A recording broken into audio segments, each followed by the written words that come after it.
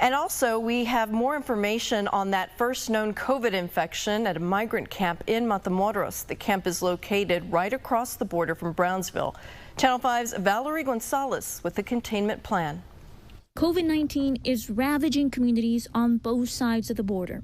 In Matamoros, over 1,200 people have tested positive so far. 50 of them are in hospitals. On the other side, in Brownsville, there's been more than 900 cases. The migrant camp, with thousands of people sitting by Matamoros' northern entrance, is right in the middle. For months, COVID-19 was kept out. Now it's gained a foothold. A Mexican woman tested positive after she was repatriated from the U.S., according to the state's health department director, Dr. Gloria Molina. Those running a clinic at the camp noticed the symptoms she and 3 relatives had. They all got tested.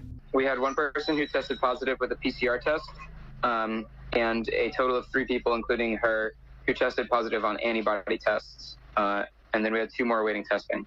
Samuel Bishop is a project coordinator in Matamoros for Global Response Management. They run the clinic.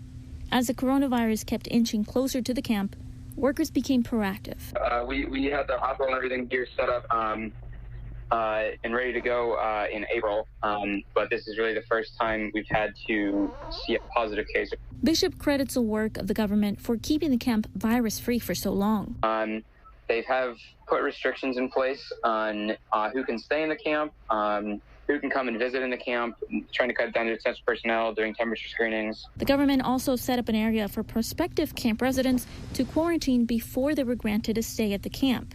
Other isolation areas were set up by the clinic throughout the grounds for suspected cases, but they also have a dedicated 20-bed field hospital to treat severe confirmed cases. The clinic has a ventilator, though running it under current conditions is too challenging. The migrant who tested positive was sent to a hospital outside of the camp. Bishop says the clinic continues to monitor migrants and provide tests.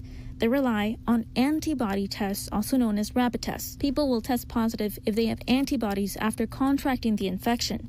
If they get tested too early after the infection, there won't be any antibodies yielding a negative result. Yet, in Mexico, these tests are a helpful tool. Yeah, so the antibody tests are approved for emergency use in the U.S., but in Mexico, they actually have the equivalent of full FDA authorization, so they're seen as valid test results. PCR exams, those with a higher accuracy rate, are provided by the government to those with a positive antibody test or with certain symptoms. Bishop says the clinic has administered about 360 antibody tests for residents and staff at the camp. The first positive result is not good news, but there is a positive response. So I think that had a lot of people with their guard down, and now we're seeing a lot better compliance with mask use and social distancing measures and stuff. They're hoping this first case is seen as a cautionary tale that helps prevent further spread among a community already vulnerable. Valerie Gonzalez, Channel 5 News at 6.